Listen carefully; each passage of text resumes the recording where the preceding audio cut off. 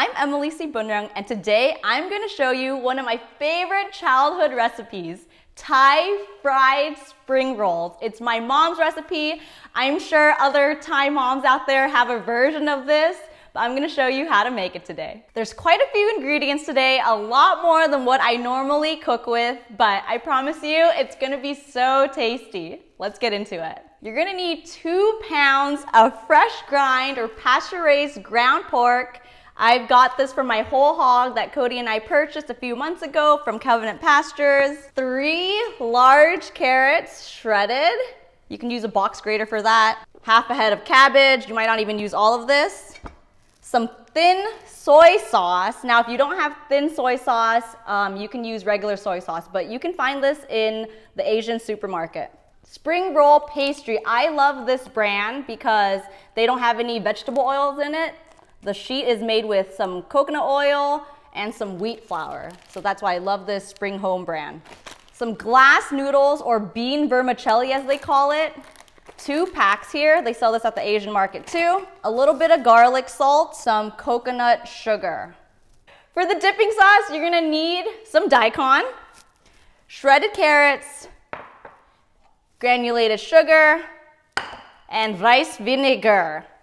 Now for the oil I'm going to be frying my egg rolls in is coconut oil. I got this big bucket from Costco. I like buying in bulk, not only because it saves money, but because I'm going to be using it when I fry my foods. Now, it's not that fried foods are bad for you. It's what you're frying the foods in. And most places, most people are going to be frying their foods in vegetable oil, which is highly toxic, super unhealthy, and causes a lot of health problems.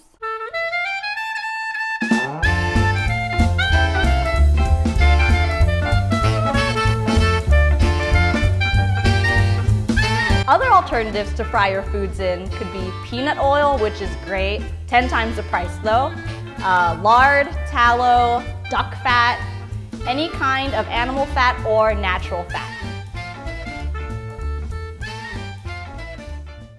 Try to finely shred it. So the trick here is to press the knife against the cabbage and then just little saws back and forth.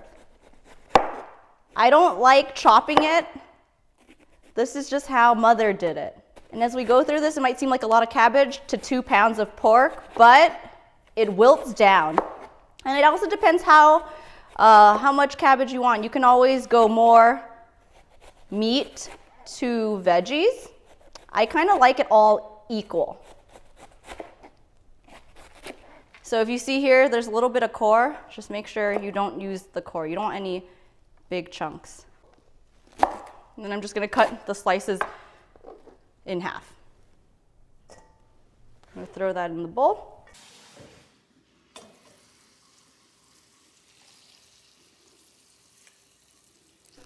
Main thing here also with the glass noodles, you don't want long strands of it in your filling, so grab scissors and you're just going to cut it. I'm going to cook the meat first. Because pork is so fatty, you don't need to add any oil to the pan. You'll see how much fat renders out of this. I'm going to season the meat with a little bit of Redmond organic garlic salt. You can also use fresh garlic as well. I don't like putting too much garlic. I don't like it too garlicky or oniony because I just want the flavor of the pork to come out in this spring roll. Always make sure you have a big enough pan to cook all your ingredients in, or else everything's going to be spilling out. And you want to be able to freely stir. The pork is almost cooked through. Now we're going to add the veggies. Looks like a lot, but it will wilt down. We can add our thin soy sauce, about half a cup.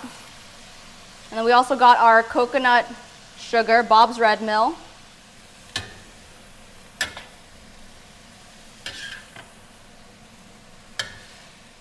So the vegetables have wilted down. Now we're going to add the vermicelli, the glass noodles. Make sure it's drained. Get that all mixed up. Make sure There's no pieces of pork chunks. You want little pieces. So we've got the filling all cooked. Now we're gonna turn off the heat and we're gonna transfer it to a bowl for it to cool down. So you can still see there's still a lot of liquid. So I'm just gonna transfer it to this bowl without the liquid. Now we're gonna taste the filling to make sure it's seasoned properly.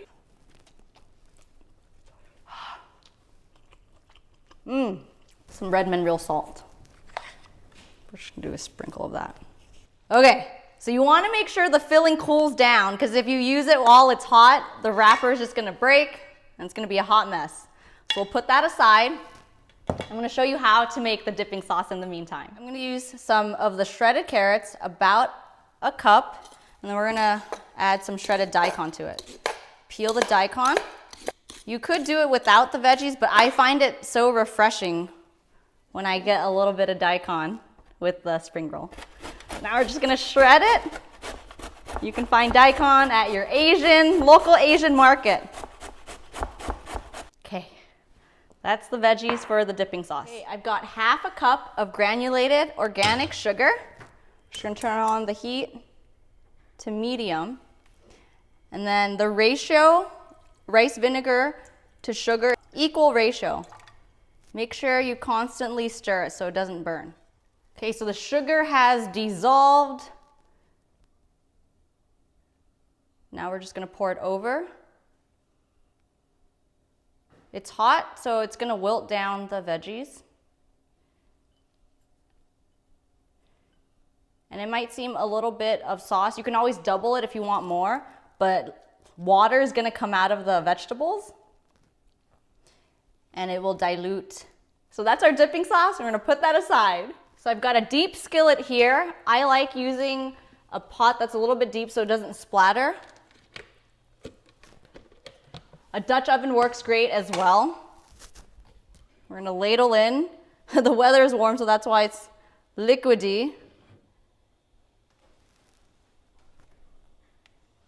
I'm just gonna fill the pan to about 2 inches, just deep enough for the egg rolls to bathe in. The ideal frying temperature is 350 degrees, so I'm gonna kick up the coconut oil temperature because it's gonna take a while for it to get hot.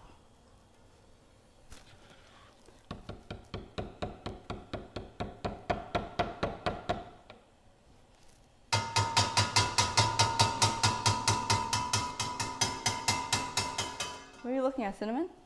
Sonny! Sonny, what are you doing, son? Hi, Sin. Sin. So I've got Cody here, my boyfriend, Cody Story. He's gonna help me roll the egg rolls because he's better at it than I am. He makes it much more neat. It's just because I'm hungry. So we've got the 25 sheet pack. And the trick with this, before you start rolling, is to actually, if you want to get tight here, Andy, is to start peeling them first. You got to be gentle. You got to be gentle. You need some water. Because you don't want to tear the sheets. So Cody, you can show us how to roll as I do this. It's been a while. Don't even remember. Also, with the egg, make sure you beat it. If you want this to stretch and you're low on eggs, you can add some water to it. But if we get low, I'm just gonna add another egg. So the filling has cooled down, and now let's get to rolling. We're gonna do 1 scoop, 2 scoops, slide it towards you. Then go over the top.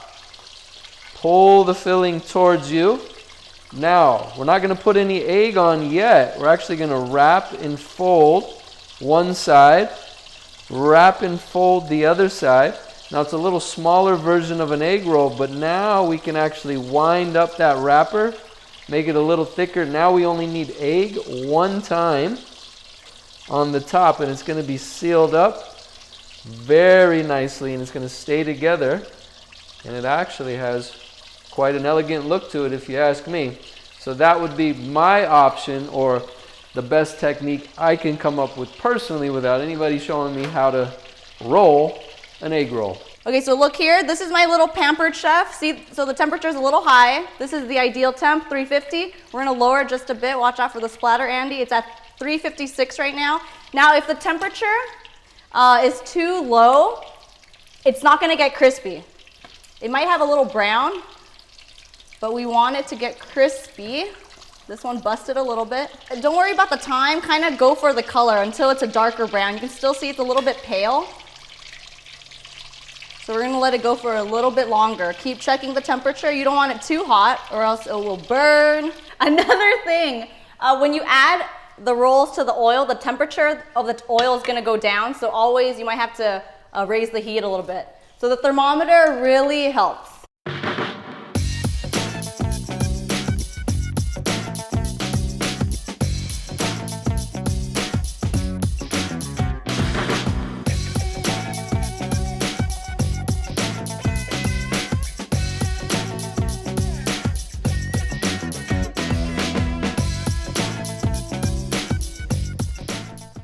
Cody's beautiful wrapped egg rolls. I'm going to be picking these. Got some done already. Just going to rotate them. I'm going to just cut this one. You can hear the crunch. Look at that filling there. Yum skis. We've got our dipping sauce here, the daikon, shredded daikon carrots, and you can see how much liquid has come out. A lot of water comes out of the daikon. Okay, go ahead, Cody. Coconut oil also is great to use for frying because it's My mouth is watering. Okay. Just wanted to share. I think I that's how hungry I must be. I starved him all day for this. To cut you off, but it's okay. Oh my God.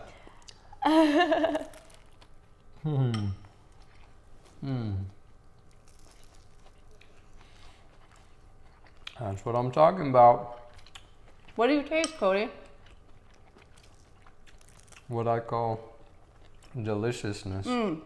It's the perfect amount of equal ratios to the ground pork we use, the glass noodles, vermicelli, and the carrots and cabbage. It's not too much vegetables.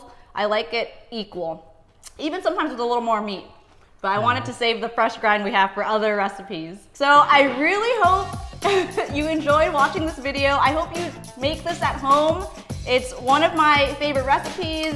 Whenever my brother and sister come to town, we always make it together. If you have any questions or comments about this recipe, feel free to leave them in the comment section below.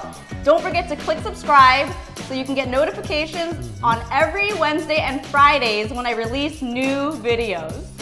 That's right.